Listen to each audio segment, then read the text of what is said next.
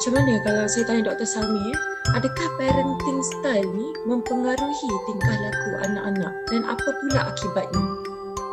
Okay, terima kasih Syamina, Haji Ramli. Kalau kita sebut pasal parenting style ni kan, ada banyak kajian-kajian lepas yang menunjukkan bahawa aspek keluarga ni antara faktor yang melibatkan anak-anak terjebak dengan dadah ataupun penyalahgunaan bahan ataupun dengan gejala-gejala sosial yang lain. Dan kita kata dalam aspek keluarga ada dalam kalangan yang mereka yang terjebak khususnya remaja lah terlibat dalam penagihan kerana kita kata sering terima tekanan. Lepas tu dia tak dapat kepercayaan ahli keluarga. Kemudian kaedah penjagaan anak yang terlalu mudah menghukum, rigid, pilih kasih. Lepas tu tekanan lebih-lebih lagi dalam akademik lah, kata kena dapat nombor 1, kena dapat 100, tak dapat nombor 1 maksudnya gagal, tak dapat 100 maksudnya tak pandai. Itu tekanan-tekanan pengekalan prestasi, tekanan akademik yang kita kata agak melampau sebab tak semua anak kita dia cepat, dia laju, dia bijak kan. Ada yang sederhana, ada yang laju, ada yang dia kena baca banyak kali baru dia boleh dapat. Ya? Kemudian ada juga dalam kalangan ibu bapa yang letakkan bebanan keibubapaan pada anak.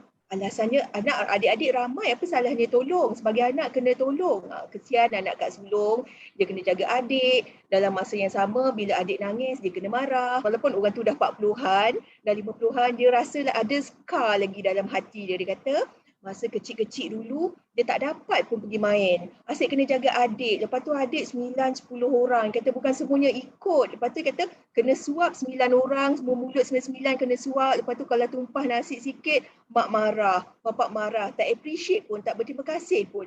Kita rasa kesal. Jadi kalau macam benda tu, walaupun kita rasa macam, oh anak kena tolong, tapi bebanan yang kita bagi pada anak tu mungkin lebih daripada apa yang sepatutnya. Dia hilang masa kanak-kanak dia, dia hilang masa remaja dia. Ini yang menimbulkan kita kata tekanan pada anak ni. Kalau kata dia mampu untuk kawal, mungkin jalannya lebih bagus. Tapi luka yang kita buat dalam hati dia tu, dia tetap ada sampailah kata ke akhir hayat anak ni. Ada juga di kalangan remaja, bila ada tekanan dalam family ni kan, dia memberontak dan dia usaha dan dia pilih untuk jauhkan diri dari ahli keluarga. Dan dalam keadaan ini, bila kita kata remaja, tadi Haji bagi statistik ramai remaja, hampir 50% terlibat dalam dadah kan. Kata remaja ni dia daripada antara tengah-tengah, antara alam kanak-kanak dengan alam dewasa. Bila kita kata dia tengah-tengah, dia ada elemen kanak-kanak. Dia suka orang puji dia, dia suka orang bagi perhatian kat dia. Lepas tu ada juga elemen dewasa yang dia rasa macam, oh dah besar ni, saya ni bebas pilih apa yang saya nak, saya suka kawan dengan siapa yang saya suka. So bila nak menunjukkan diri dewasa ni, pilihan tu mungkin silap sebab kognitifnya masih belum sampai, emosinya masih lagi tak sampai untuk dia kawal keseluruhan. Dalam keadaan macam ni bila kita kata parenting style, penting kata bagi ibu bapa amalkan gaya keibubapaan yang sesuai dalam keluarga bagi mencapai keluarga yang sejahtera. Tapi apa sebenarnya gaya keibubapaan itu? Itu yang konsep yang kita kena pegang dululah ya.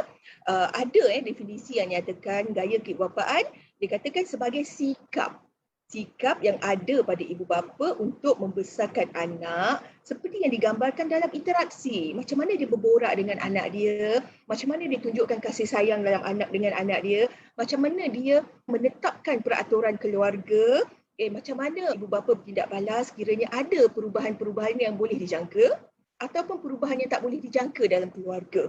Dan ini kita kata sikap ya. Kemudian kenapa gaya ni penting ya? Okey. Gaya keibubapaan ni dia boleh menggambarkan inisiatif ibu bapa untuk membentuk anak-anak.